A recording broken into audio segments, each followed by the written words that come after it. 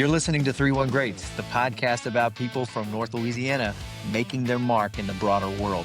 Today's episode features another 3-1 Great from the 318. So let's get to it. I'm sure you've got to know this. They're my absolute favorite people. Thank you for saying that. The earth. Absolutely. Yeah. Annie and I have found them to be great friends. And thank you so much. But thank you for doing this. And I can't wait to have an opportunity to talk about my hometown and so forth and share some tidbits. Do you mind if I give you a little introduction? Sure. Go ahead. Okay. Do that. So I'm going to read this. You just tell me if this does you justice, okay? Yes, I can hear. Yeah. Go ahead.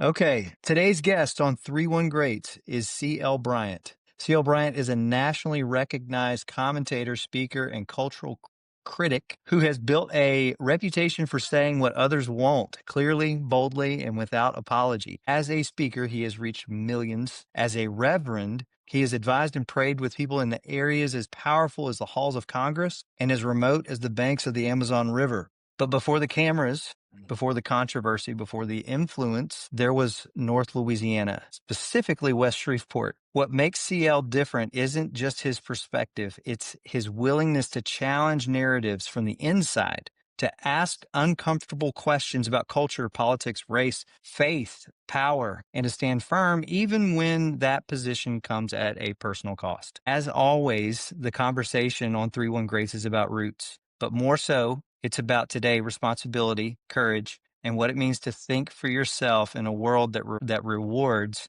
conformity. This is 3-1 Greats, and this is C.L. Bryant. That's awesome. Is that accurate? And listen, that's accurate. That's very accurate, and God be praised for all of it. And thank you. Thank you so much for that. It's very kind. It's very kind. But the journey has been we'll talk about it. We'll save it for the podcast, but I'll talk to you about it. I'll talk to you about that. That'll work just fine. That's perfect. And I just want to open up with this question. I want you to take us back to your very first memories in Shreveport. What did that place give you that shows up in how you think and speak today?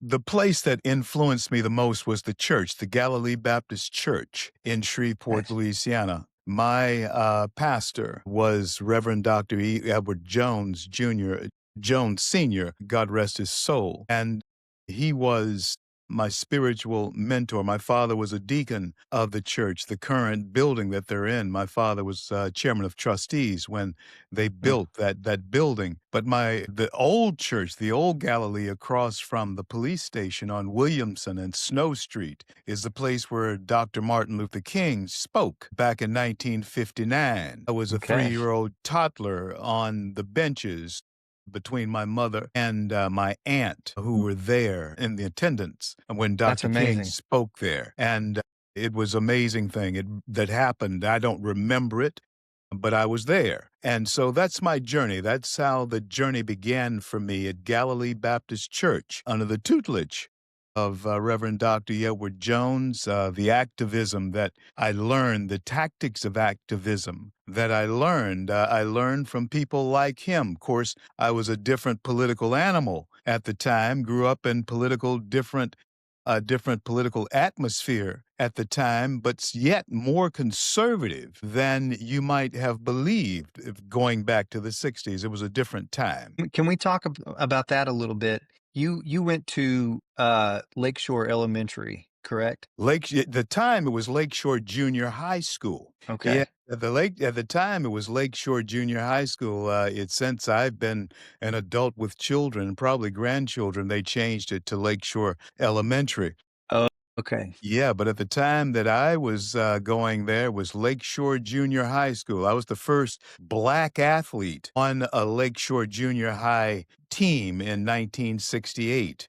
And so that was right at desegregation. You were one of not only the first Black athletes, but one of the first Black students, right? Absolutely right. Myself and Josephine Abraham and a young man by the name of Willie Wayne Smith. We were in the same class. There were, I think, 1 or 2 in upper class, but we were the only 7th graders that were Black at Lakeshore at the time. And of course, it was very easy to spot. It's very easy to see. And it's strange how I went off for a very long time and came back after 25 years, 25, 30 years. I had left and come back to Shreveport. I passed by that same Lakeshore Junior High, which I think was an elementary then, and the entire campus was a Yeah. black campus. And it tells you just how times do change. Times do change, indeed. When you were going through that process of coming into an area, even a school, even with kids, I guess especially with kids, where you're a new face and where you're a for what were the norms there, you were not typical. Can you speak a little bit about that? You know, what your memories were during that time? Yes, indeed. During that time, especially in 68, when the schools were being desegregated in Shreveport, Louisiana, and bear in mind that I was born in a hospital that was called Confederate Memorial Hospital. I know Shreveport. My roots run deep into Shreveport, into Louisiana, all the way down to Acadiana. But those times, we felt the pain of evolution, social evolution, civil evolution, as we may call it for this conversation. Hmm. And we were feeling the pains of people getting to know people closer up than they normally had been used to. And what I mean by that, Kenneth, is blacks and whites in the South, not in the North, but in the South. Blacks and whites in the South have always been close to each other. We've always either been working on the farm together, in each other's homes together, tending each other's children. We've always been close to each other. We've always known each other in personal ways. However, that wasn't social. And so the social climate was beginning to change because the schools were Yeah. being integrated. And so naturally, the social and the society was beginning to change. And even as was a horrible word for so many back in those days, black and white, they were beginning to mix. And that is something that we could talk about all night long as far as what that meant to so many. Do you remember your first white friend? Oh, yes. Oh, yes, I certainly do. I still have him. He lives in New Orleans. Name is Oh, Robert very Boland. Yeah, Robert Boland was his name, and we shared lockers. And his mom and my mom actually became friends. And Robert and I have had a friendship now that has lasted over 50 years. And that was And at Lakeshore. Lakeshore Junior High School is Isn't that wow. really is. That friendship has never waned. We had another friend. His name was Don Hutchinson. He's gone to be with the Lord now, but those were the first two white friends that I had as far as bosom buddies were concerned. But I grew up in the Shreveport Club. My father was the maitre d' at the Shreveport Club, and he was over the staff there at the Shreveport Club. And so being among and around white colleagues and white people was not foreign to me, and coming from a Creole background, my father being half white himself, coming Mm, from a Creole black background, mhm.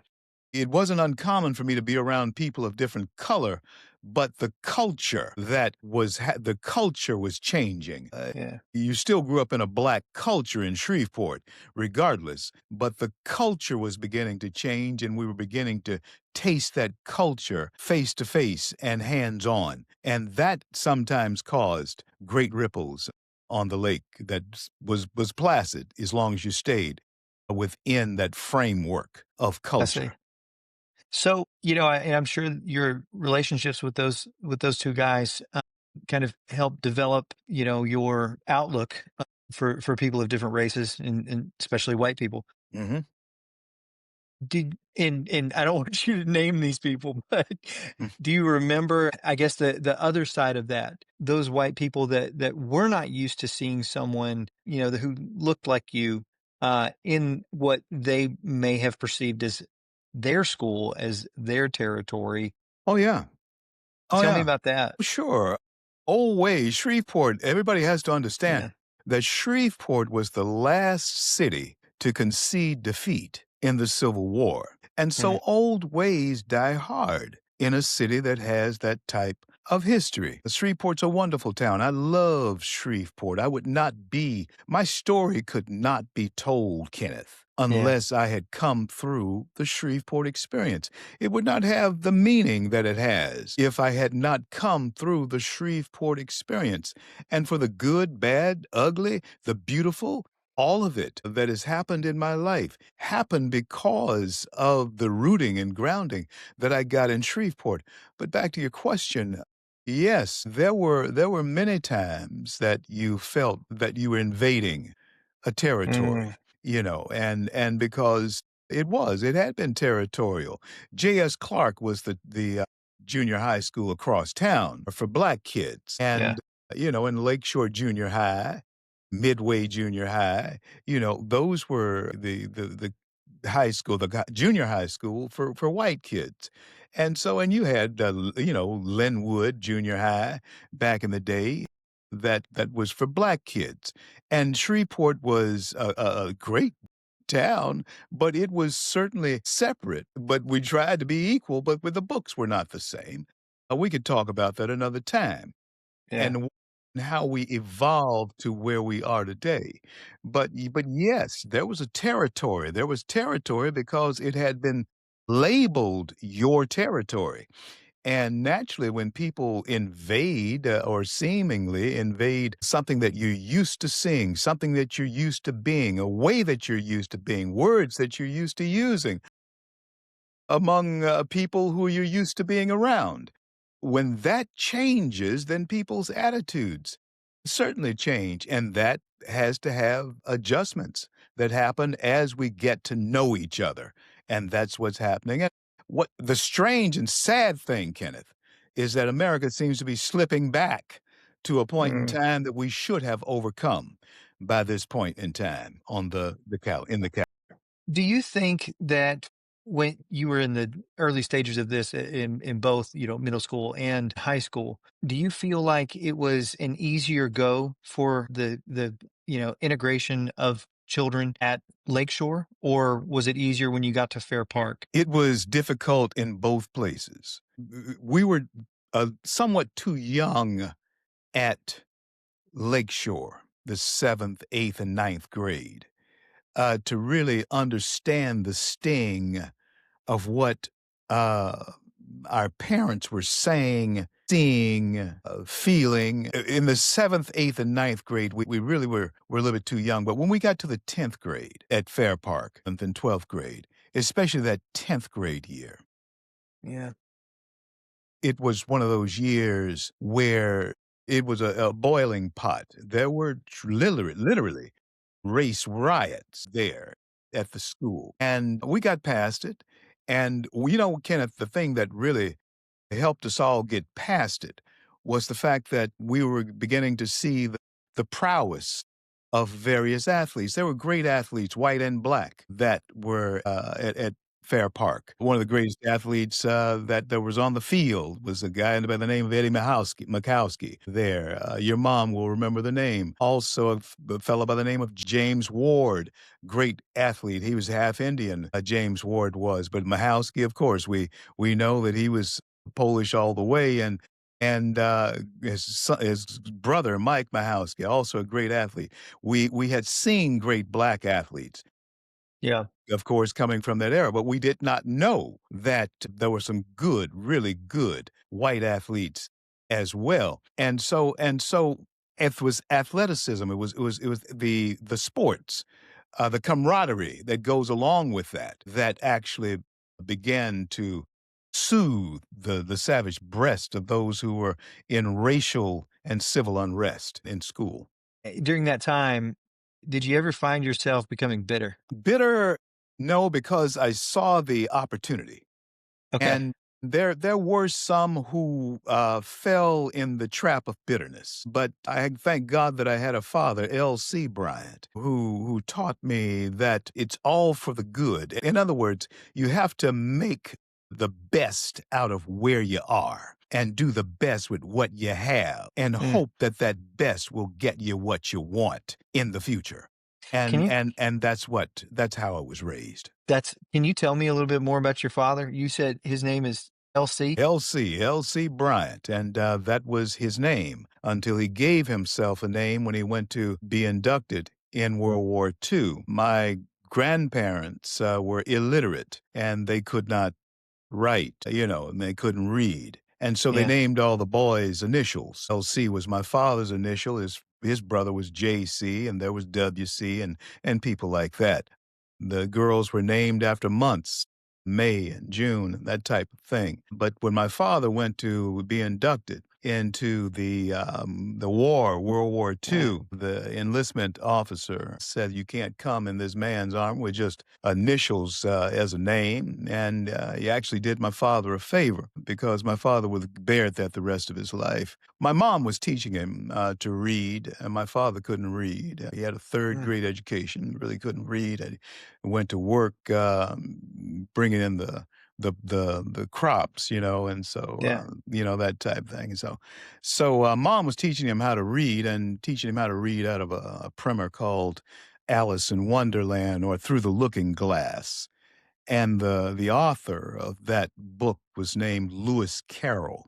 And my father made the L stand for Lewis and the C stand for Carroll. So he named himself Lewis Carroll Bryant. That's how he enlisted into the military. And he's proud of it. If he'd had an education, Dad could have gone far in the yeah. military, but he was PFC. He was proud of that too. PFC, Private First Class. Lewis Carroll Bryant. He So served he he's served in World War II. Italy and North Africa. Did he serve after that? No, he did his term and he got out. He learned to be a frontline cook, got out of the military and decided to pursue culinary work. Started working at the Shreveport Club when the Shreveport Club was on top of what was called then the Washington Uri Hotel. I think it burned down Yeah.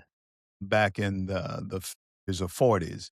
But he went to work for the Shreveport Club when it was on the rooftop of the Yep. Washington Uri Hotel. And he became the maitre d' of the Shreveport Club when got into the location that it currently is now. Everybody remembered, that's is still around remembers Bryant, my father. And so a great guy. I learned so much from him. I was blessed to have him as my dad. Well, I can tell that you're very proud of him, and Mhm. and if he were alive today, I would thank him for his service, making this country great. And but I'll thank you. Thank you for your dad's service, and truly Bless you. was that generation. They talk about it as being the greatest generation. Sound like he was just a contribution to that as well. To go where he went with a third grade education, to do what he did Wow, with a third grade education is absolutely phenomenal. it takes diligence. Yes, and he wasn't bitter. You had mentioned the word bitter. My Yeah. dad, as I told you, he was half white. Bryant is actually my name. It's not a slave name. My father was Scots Irish, and Mm, his mom was black. And of course, and Rachel, Mama Rachel, yeah. area down in Louisiana. I'm kin to most folks in between there in Louisiana, white or black, and so come through what he came through, to bear what he bore, and to Hmm. teach me not to be bitter, not Yeah. to be, that was his greatest, I think, accomplishment is to do that. Well done. My own dad has talked about his struggles, and he grew up without a father. And one of the things that he said was that he had people around him who just directed him in certain positive ways to make sure to keep that negativity at bay. And it is so important to have influences like that. You were so lucky to have a father like that who kept that negativity at bay and helped you focus on the right things. Sounds like he had you in the right place at Galilee also. I'm sure that Yes. that Yes. definitely helped just point your focus to the right things. And Yes, and I could not end or go through this interview with you, Kenneth, without saying that Reverend Dr. E. Edward Jones Sr. at Mm. Galilee Baptist Church as far as lighting the way for activism, learning the ins and outs of activism, because back then the church was the leading mechanism, the leading tool for change in Shreveport, Louisiana. And Mhm. I was blessed to see the change agent, visionary like Pastor Jones, do his activism in ways that were loving, in ways that were bridge building. I learned how to bridge and build bridges watching this man who was absolutely brilliant in the Uh, way that he partnered with others in the community. I learned that what I knew about expanding the role that I'd learned from my father. I'd learned about expanding the role from Dr. Jones, and even though my politics changed from his brand of politics, and yeah. it suited Shreveport, but once I became a figure that was stepping outside of that, I saw that there was a much bigger picture here. And I saw a design that was being put on Black people here that I had to say something about. And I learned from him, if you had something to say, have the courage to say it, even if those whom you think are on your side or those you Yeah. think may ostracize you, even if you think that may happen. I learned from him to say it anyway. And that's what I did. Who do you think that you were trying to become in those days, as you're growing up around his influence and, at Galilee Baptist Church? Like, what are you trying to make of yourself at that point? At that time, I was just trying to be the best young preacher that I could be and help the pastor as much as I could at that time. And there were one or two of us tripping over each other, doing what we could to help Pastor Jones and be around him. And it was just a blessing to be able to sit at his feet. And I wish that I certainly believe in my own way of thinking, my cornfield theology. I certainly hope that he is able to see out of the portals of heaven the various people that he has touched on this earth and in his life. And I certainly hope that he looks fondly upon the influence that he's had upon my life, because I certainly give him so much credit. And I thank God for his life. And I thank God for the influence that his had on mine. Well, that's a lovely tribute to him, and I wouldn't know who he was if it weren't for you and people like you. So thank you. Okay, I've got a segment on here that we call the Ratchet City Rapid Fire. Okay, All right. it's just a fun segment where I'm going to just rapid fire questions at you about Shreveport. Okay, All right. you're gonna give me your best answers. Okay, we're gonna All see right. how well you do, and I think you'll do great. But Mhm. well, let's see. Some of these questions may stump you up. Okay, so you got to choose one: Fair All right. Park or Woodlawn. Which one? Fair Park. Okay, okay. What color was the Hearst Coliseum roof when it first opened? Yeah, I know it's green now, but I think it was gold. It was like copper, I think. But you Yeah. got the third question right, which was what color is it now? It is Mhm. green. All Mhm. right, you got to pick one: Cross Lake or Red River. I go with Cross Lake. Okay, what if we're fishing for catfish? Oh, you'd have to go to the river. Okay. All right, you're doing great. Freeman and Harris Cafe or Ralph and Cuckoo's? If Freeman and Harris was still open, I would be there whenever it is open. I would be, and if Eddie Hughes, who used to stuff those, Eddie's a cousin of mine, and his son Gino is my one of my first cousins. His mother's my first cousin. Eddie Hughes stuffed the best shrimp, stuffed shrimp in town is Freeman and Harris, but it is gone. Bert Freeman and my dad were best of friends, and Wow, that's yeah, great. yeah. Bert Freeman was the owner, was the originator of Freeman and Harris, and Okay. Pete Harris is going on to be with the Lord. Yep. Yep. So hopefully, I don't know, but I think one of the descendants, I'm going to be able to interview him coming up. Ask So them one question from me. I'm ready. What did they do with the recipe? Did Pete take the recipes with him? I mean, when Pete died, The recipes must have went in the grave with Pete Harris, but because the food, it just Nah. wasn't the same. I'm telling you. Yeah. Yeah, but Freeman and I Harris though. didn't Okay, Freeman and Harris. Freeman and Harris. That's one of my regrets about Shreveport is, I love to eat. Me too. Never got a chance to eat at Freeman and Harris Cafe or Pete Harris Cafe. Your mama and your daddy can tell you both about it. I know. All right, last one. Which side of I-20 is the rich side? Okay, well, it was once on the west side, but it is not on That's the west side anymore. that's So you'd have to go toward the east, I-20, There you go. to get There to you go. anybody that's got any money anymore.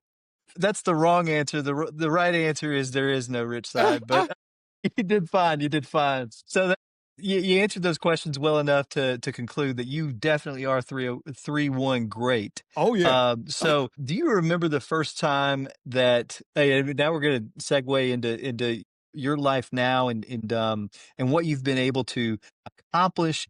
Just you've been in some very influential rooms and influential positions with some very powerful people. I don't think it's any, coincidence that our Speaker of the House right now was probably a few blocks away from you at certain points during both of your tenures in Shreveport. Yes, sir.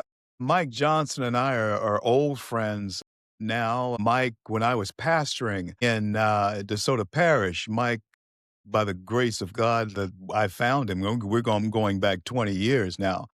Yeah, Mike would do work for our little church at that time and would not charge us a fee. And this was long before Tea Party or anything like that ever cropped up.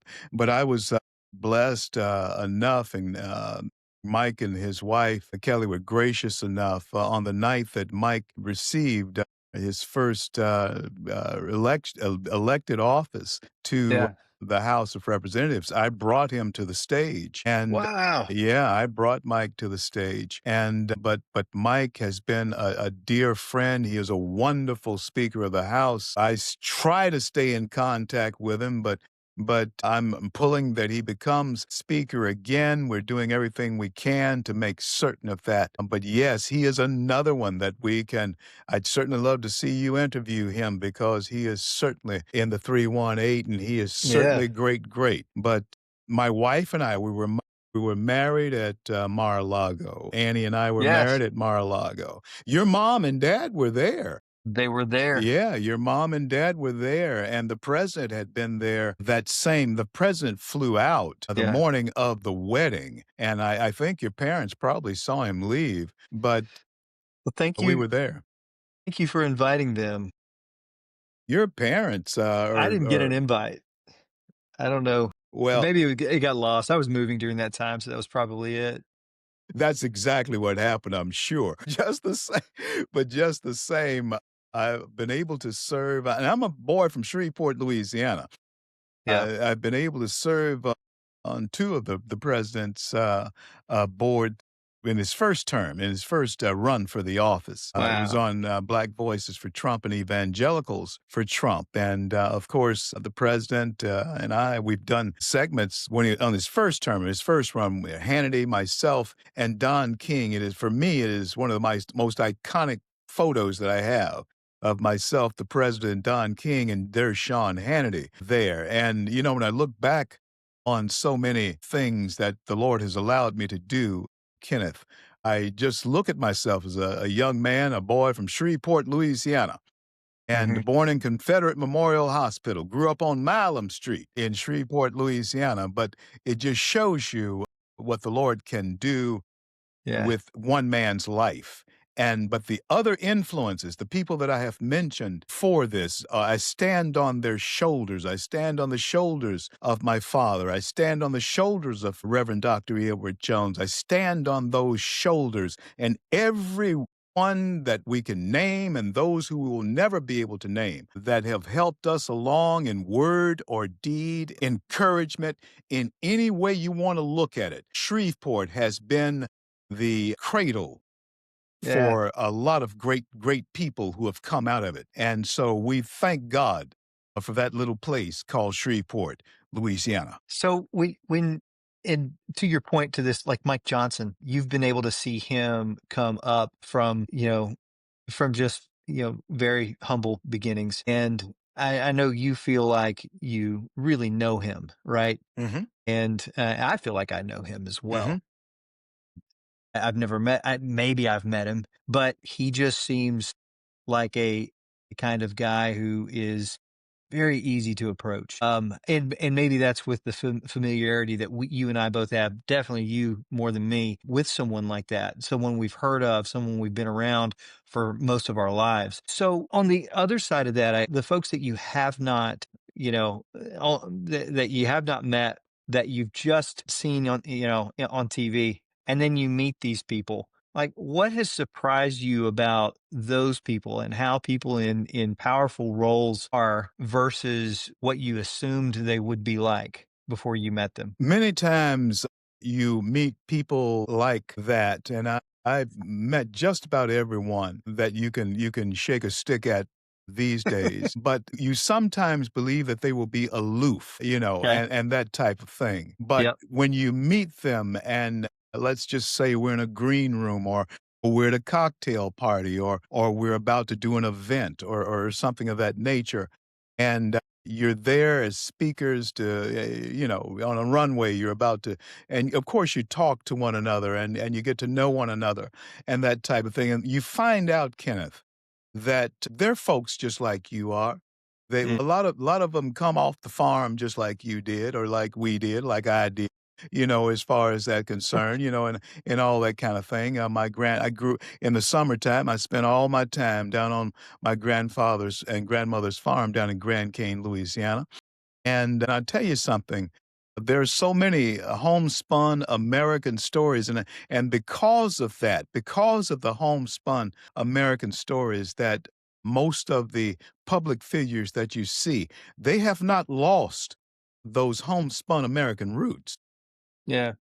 So, but what the difference between them and Democrats, though? Let me say this, and I hate to throw in a political spin here, as far as concerned, but it has to be the difference that I've seen between those who are conservative and those who are liberals is that liberals are trying to project this persona that is far beyond who they truly are. What you see in most conservatives, however, is exactly who you see. You take the president for an instance. When you see Donald John Trump on television, or what have you, and he's one of the most unique individuals at this that I've ever seen in my lifetime. I'm nearly 70 years old, but he's one of the most unique individuals I've seen.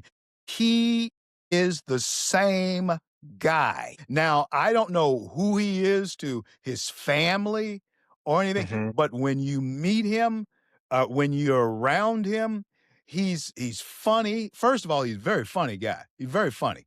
But the second, he's a very serious guy, but he is results oriented, and I think that the proof in the pudding with Donald John Trump is that he's who he is, and he's comfortable in his own skin, even though sometimes he makes a lot of people uncomfortable. He himself, he knows who he is, and he knows what he's about, and he was exactly the man that America needed. So I have an opinion about presidents that I'll share with you, and this is about probably as political as I get. But no matter the party, I feel like once a president has served their term, I feel like they should just go straight to jail. Um, Well, and the reason why I say that is it just seems like, and especially over the last, I would say, 3 or 4 presidents, it just seems like both oppositional parties come out and talk about how, all the misdeeds that each president has done. It most certainly, a position of power like that definitely will attract some bad actors, or maybe even some bad actors who want to put a not so bad actor that they can manipulate into the role. Mhm. One of the reasons, and I could have gone into politics on several occasions, but I just knew having been around it most of my life, I just knew that it was a filthy business Mm, and that there were many deals that myself at that time, when I was considering I had become a minister at the time, and I just could not balance. I just couldn't see how I could do both and be a purist as far as my faith was concerned and be involved in politics at the same time. It is a business that, of course, you need to put on a rubber suit to wade into to keep the stench of it from sticking to you. Until I will say this to you, Kenneth, yeah. until I saw the presidency of Donald John Trump and until we saw the man of Donald John Trump close up, face to face. Ever president, whether they were Republican or Democrat, even though they had a different label in front of them, they were basically the same guy. And what Mm, I meant by that is that they were definitely maintaining a certain status quo for the party and, yes, for the system, the way mm, the system worked. Trump, on the other end, came in and basically has taken a wrecking ball, and he had the courage to do it to the entire system. And he cracked a whip over the head of the party leaders, and he spoke to the opposition in a way that they were not used to being spoken to.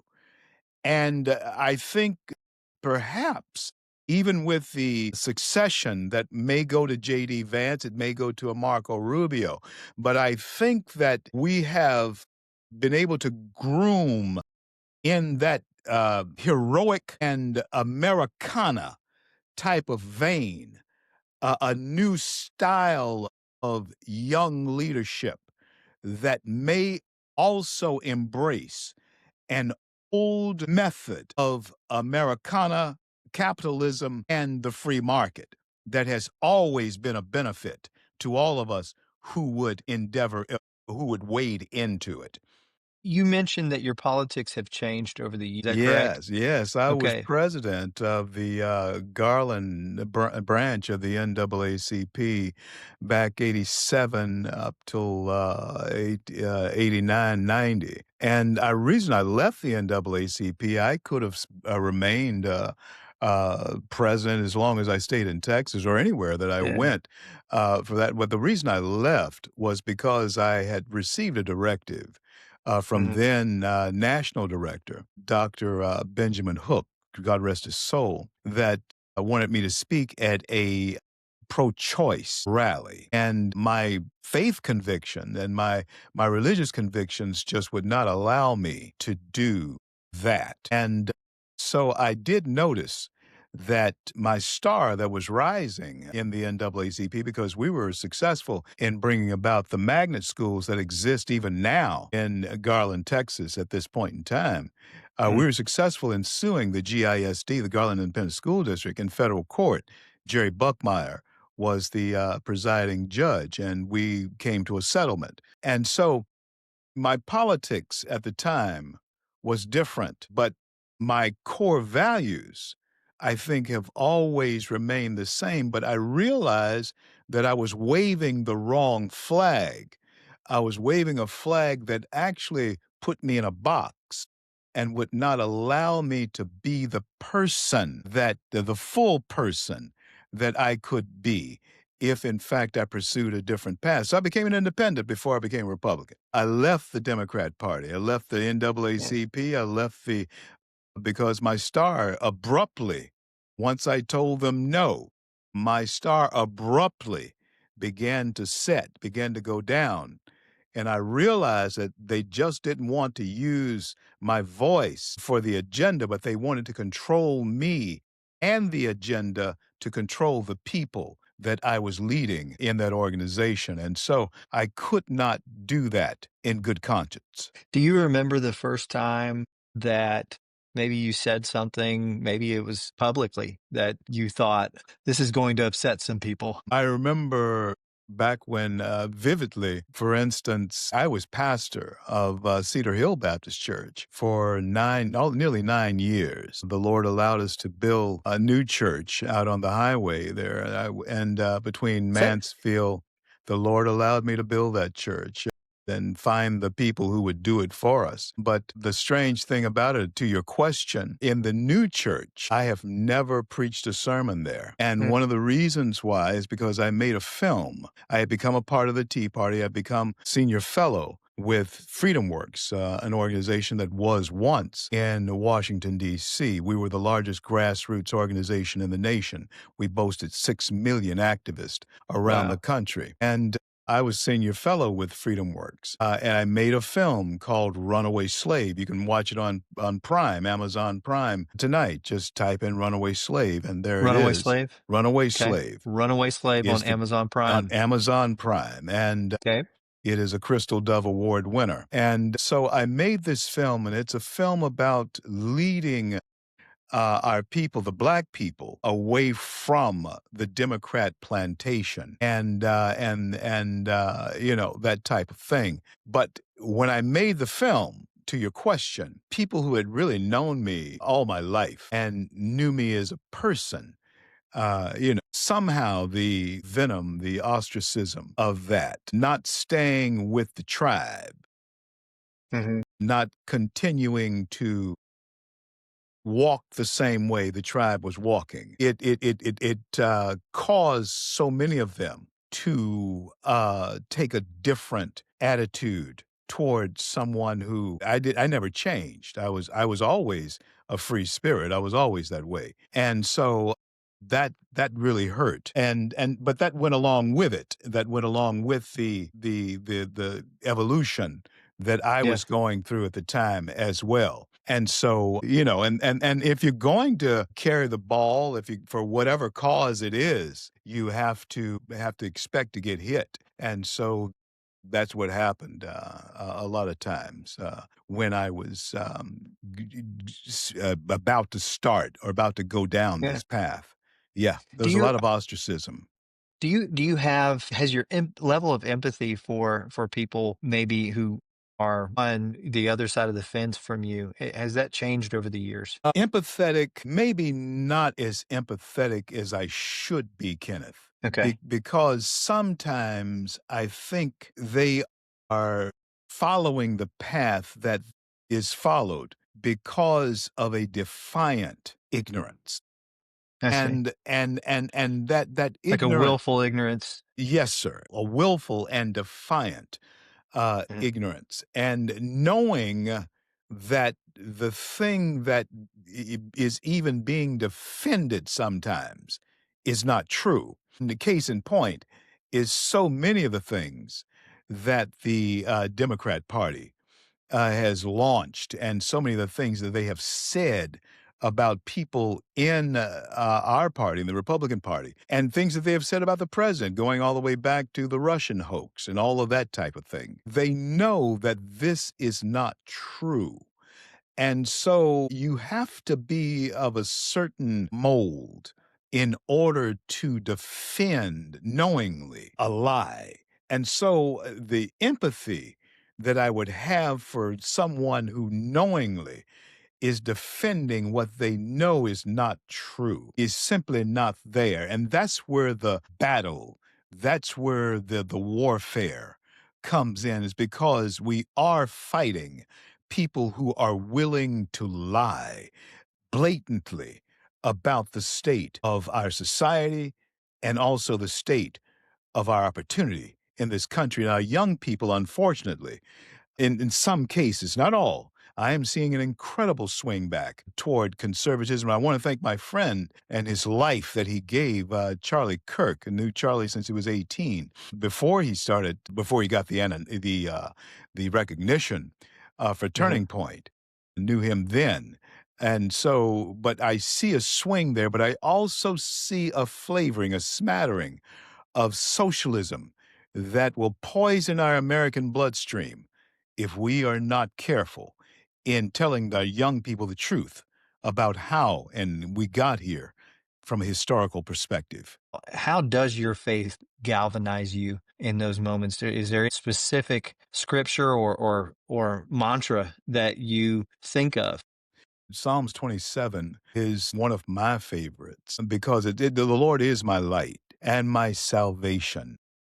Whom shall I fear? Whom shall I fear? The Lord is the strength of my life. Of whom shall I be afraid? In the walk that I have chosen for my life, that is something that's all important, is to know that your strength comes from him, and the fear that you would have, because, well, it's a perilous world out there for people who disagree. Now, the fear that I would have is not mine.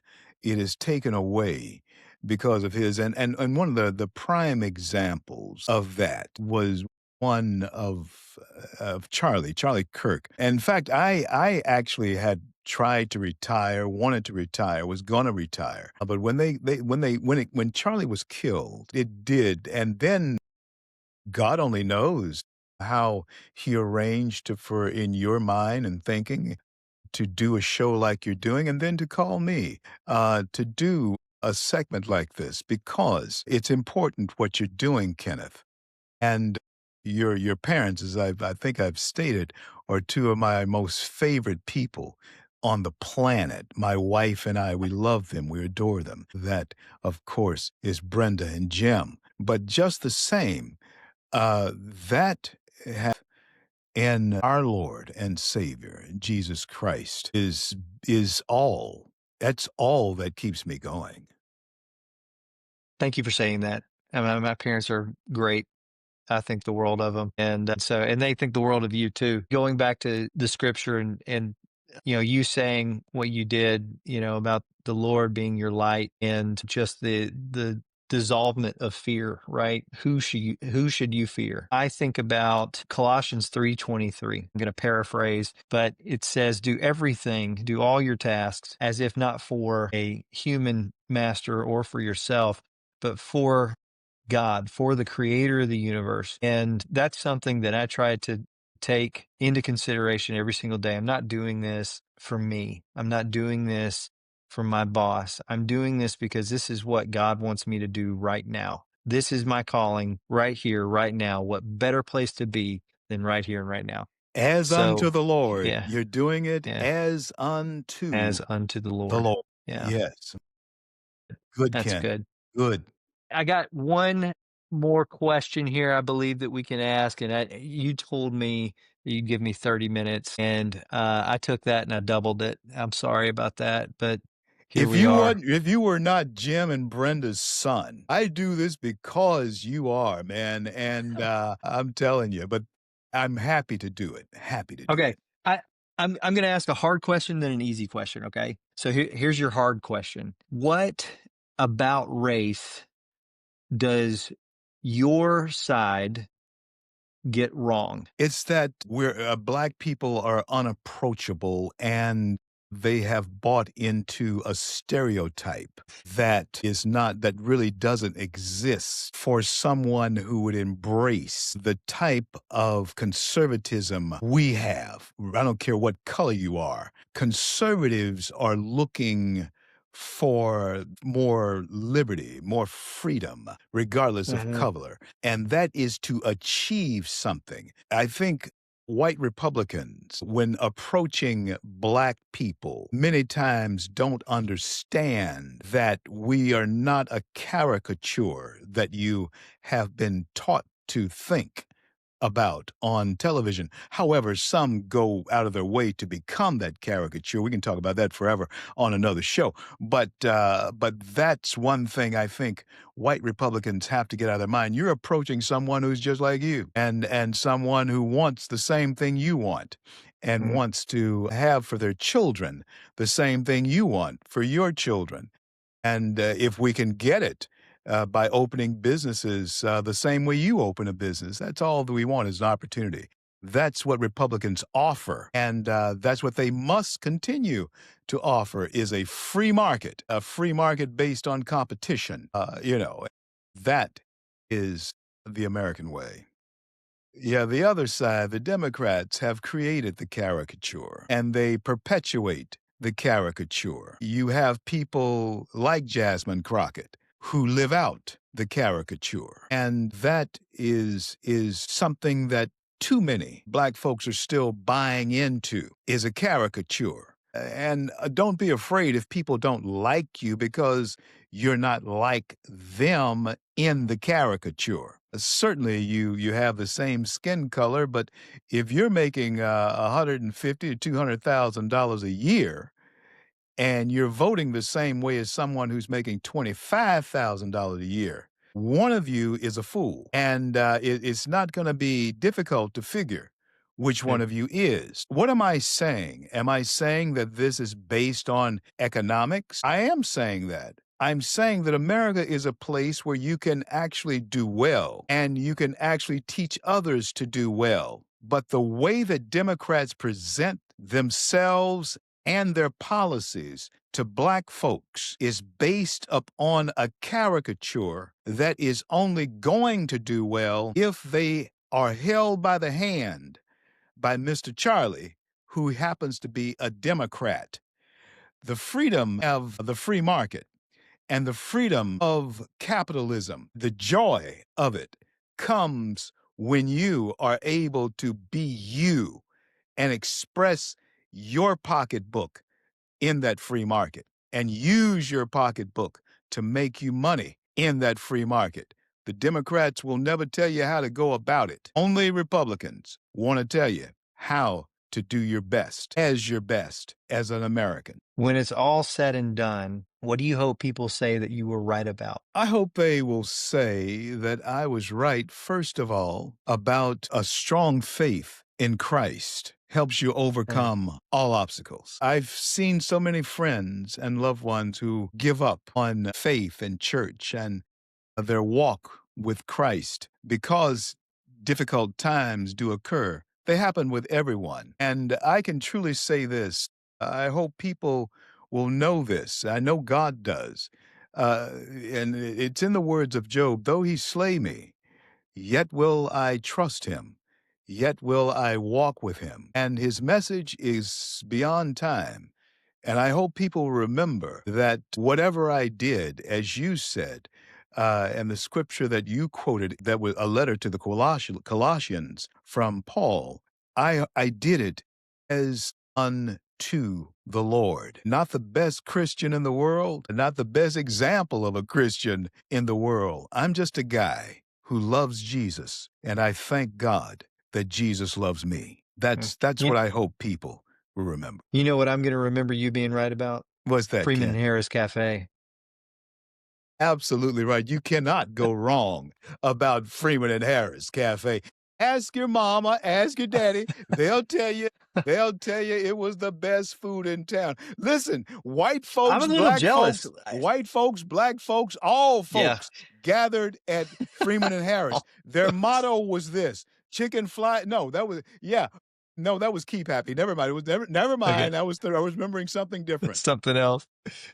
But it was That's great food. great. Great food. And we Yeah, got it in I've Shreveport. Their fried catfish, you could just go ahead and die and go to heaven after you eat a plate of that catfish, yeah, man. You're yeah.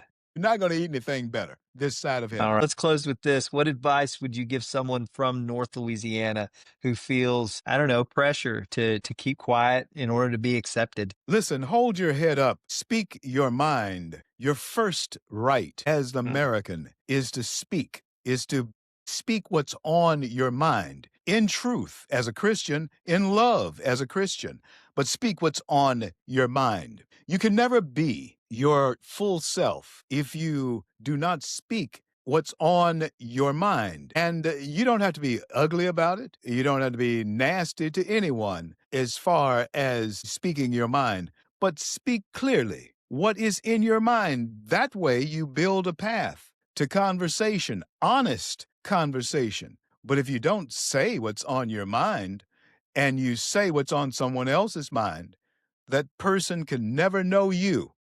And you are the person that God created. Let people know that person. Let them see that person. And the only person that they can see is the person that He created. and endowed with your own personal gift of life, liberty, and the pursuit of what makes you happy on this earth that your God has given to you. Do that. North Louisiana, Shreveporters, stand tall, stand proud, and don't be bashful. Don't tell anybody you're from New Orleans when you know that you come from Shreveport. I've seen people do that. Never me. I am a Shreveporter. I am very proud to be a Shreveporter. My life and my story could not be told anywhere else other than having come from Shreveport. And as an American, my story can't be told in any other country on this earth, except in the greatest one on the face of the planet, and that is America. And I want to thank you, Ken, for having me on. God bless you and your Thank you. family, those children that you have. Man, it's good to have a quiver full of children. That's scripture. Listen, That's God right. bless you and God keep you. I'll talk to you soon. CL, thank you so much. What a great way to close it out. And this has been just phenomenal hearing you and just listening to your story from 318 all the way to where you are now. You are definitely somebody that I look up to, and you are definitely 3-1 great. Love you, man. Love you. Take good care, brother. Tell your folks I said, hey.